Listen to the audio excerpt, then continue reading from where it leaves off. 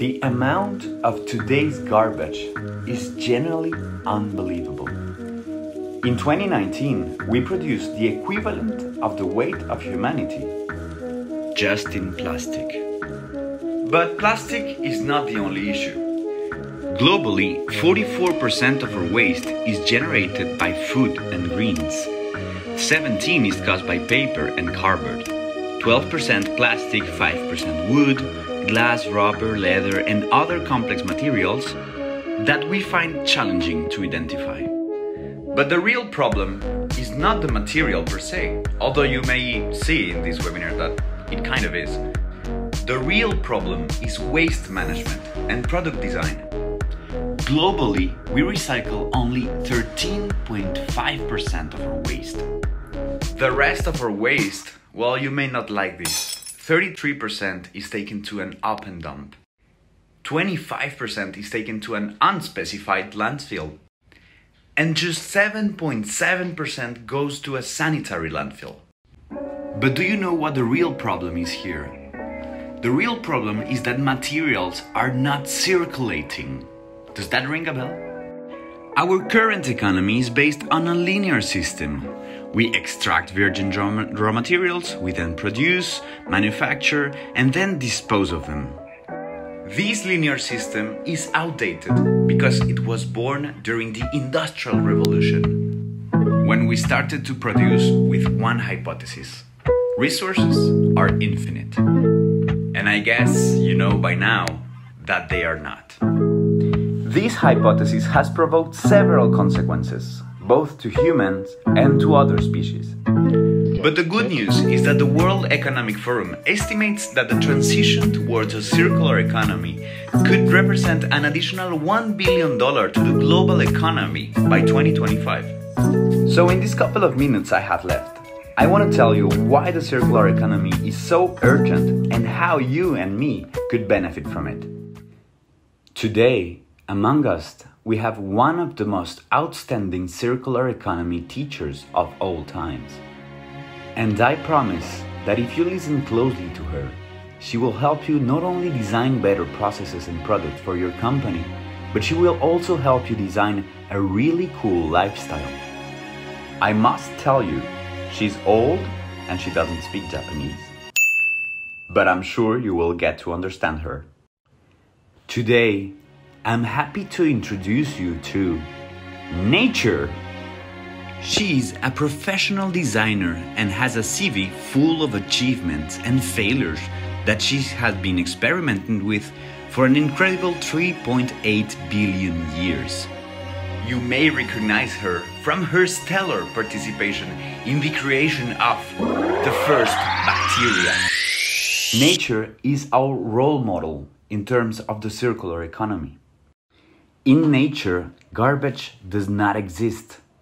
Nature is not familiar to landfills. Instead, materials flow.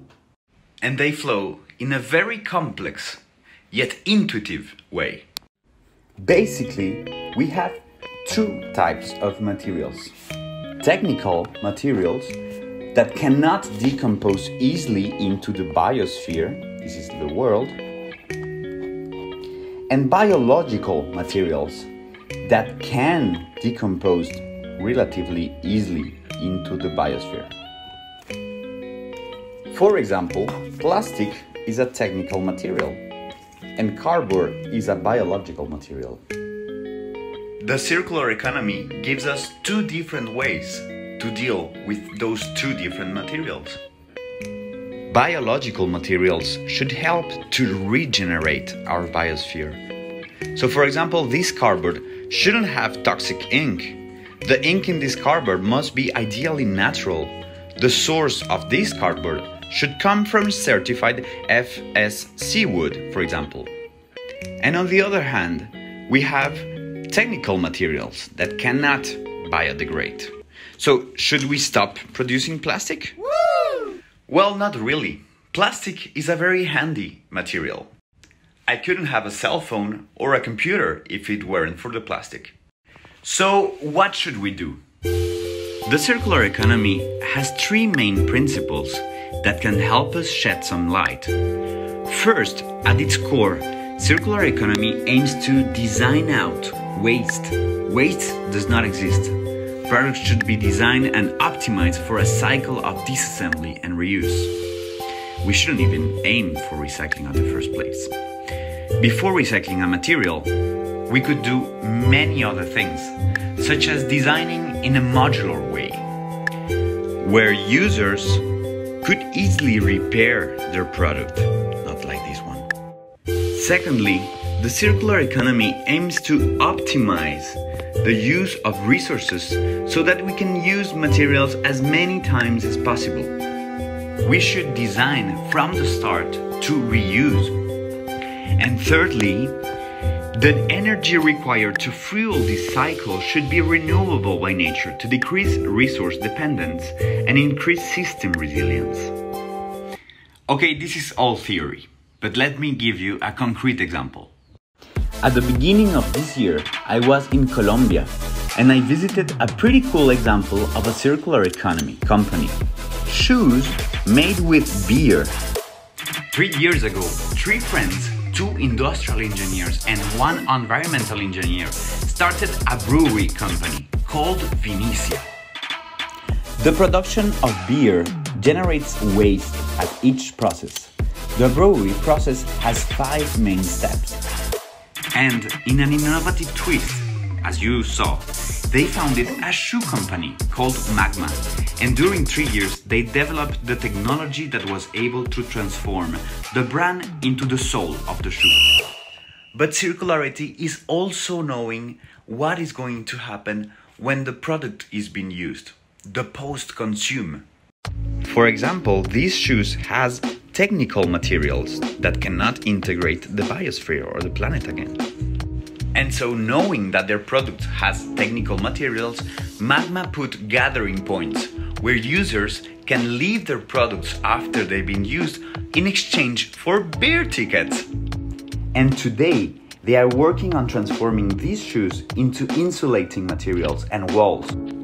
According to the International Labour Organization, only 8.5% of enterprises currently uses residues as their raw material in Colombia. Within that 8.5%, 33% are from the food and beverage sector, followed by the mining and metal sector, 14%, and the plastic industry, 11%. In Austin, Texas, Excess Material Exchange is an IS platform that matches waste materials or excess materials with companies that could need them. Their pilot stage decreased the equivalent of CO2 emission made by more than 800,000 car rides from Amsterdam to Milan. They also generated 74 million in finance value from exchanging the pilot materials and saved more than 860 Olympic-sized swimming pools of fresh water. Excess material exchange is pretty much what the circular economy refers to as industrial symbiosis. Companies should be able to talk to each other because the waste of ones could be the treasure of others. Thanks to this platform, a producer of pigment was able to find a producer of tulips.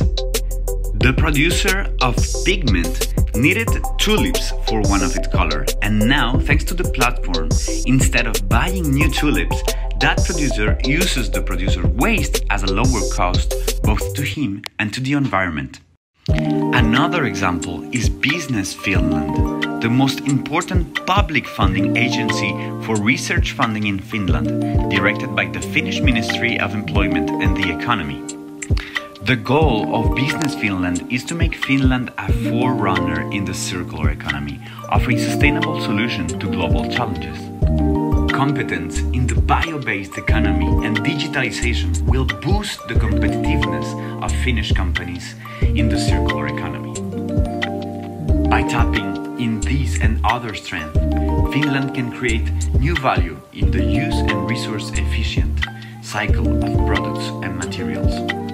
Finally, Amsterdam is also in an active quest for circular economy. The city will set the right example by applying circular economy in maintaining public spaces and renovating buildings and infrastructure. For example, Amsterdam will be renovating and replacing hundreds of kilometers of its canal banks during the upcoming years. The new banks will be made with circular concrete and will be maintained using emission-free equipment and vehicles. Okay, but what is the role of businesses in the transition toward a circular economy? Well, companies should focus on innovation to bring circular economy closer. They will need to develop new business models, such as products as a service, in which they bear more responsibility for good quality as producers and remain the owner of the raw materials. Designers will make durable products that can be easily disassembled for repair and reuse. And they will also be responsible for the collection and high-quality processing of products after the use phase. Companies need to experiment and create new circular departments in their companies. Because, for instance, when a product has a great design, it's because the company has a great design team. And it happens the same with circularity. We need fantastic circular teams to create excellent circular products. The circular economy is the act of emulating how the nature works. In other words, biomimicry. Nature is the best economist of all times. She's been managing our resources for 3.8 billion years. So today, we will dedicate this time into circular thinking. Welcome, and may circularity be with you.